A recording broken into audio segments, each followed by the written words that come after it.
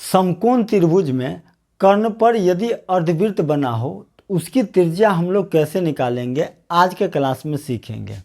ABC एक समकोण त्रिभुज है जिसकी भुजा 6 मीटर, 8 मीटर और 10 मीटर है, और इसके कर्ण पर जो सबसे बड़ी भुजा है उसके कर्ण पर अर्धवृत्त बना हुआ है, तो उसकी त्रिज्या आज मैं आपको सिखाऊंगा कैसे निकालेंगे।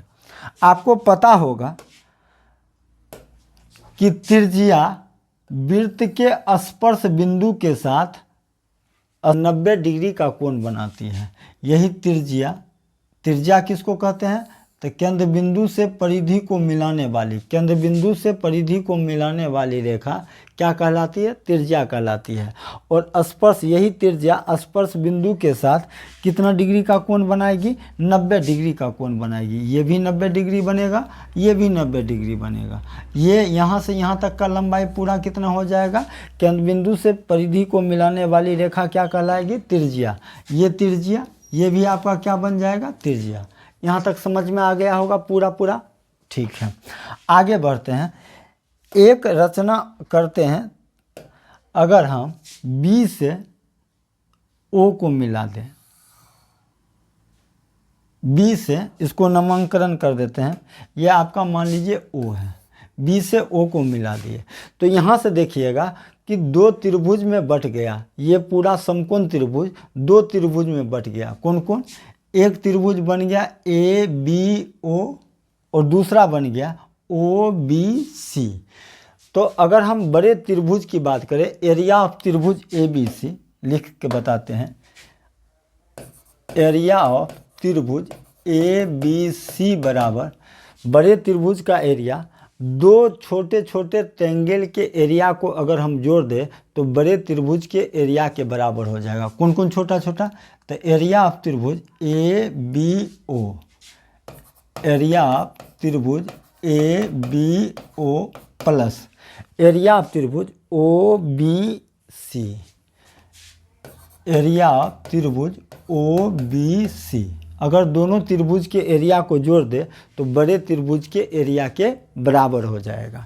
तो समकोण त्रिभुज ABC का एरिया क्या हो जाएगा, तो ABC का एरिया हो जाएगा 1/2, इसका एरिया हो जाएगा 1/2 आधार। बड़े त्रिभुज का आधार कितना है, 8। बड़े त्रिभुज का आधार कितना है, 8, और ऊंचाई कितना है, 6। ऊंचाई कितना है, 6।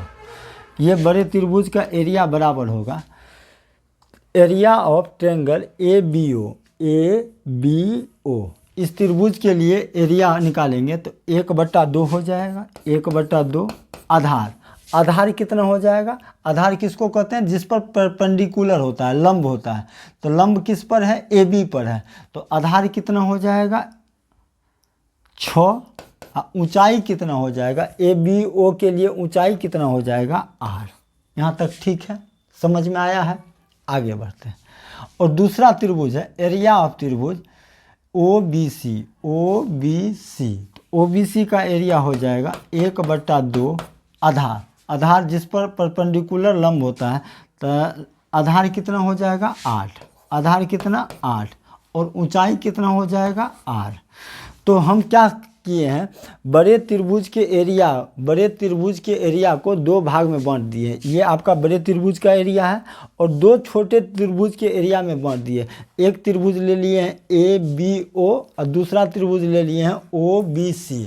तो AOB का एरिया हो जाएगा, ABO का एरिया हो जाएगा 1/2 आधार। आधार आपका 6 और ऊंचाई कितना, 8। उसी तरह दूसरा त्रिभुज OBC का एरिया निकालेंगे तो 1/2 और आधार पूरा 8 और ऊंचाई कितना हो जाएगा, 8। ऊंचाई कितना हो जाएगा, 8।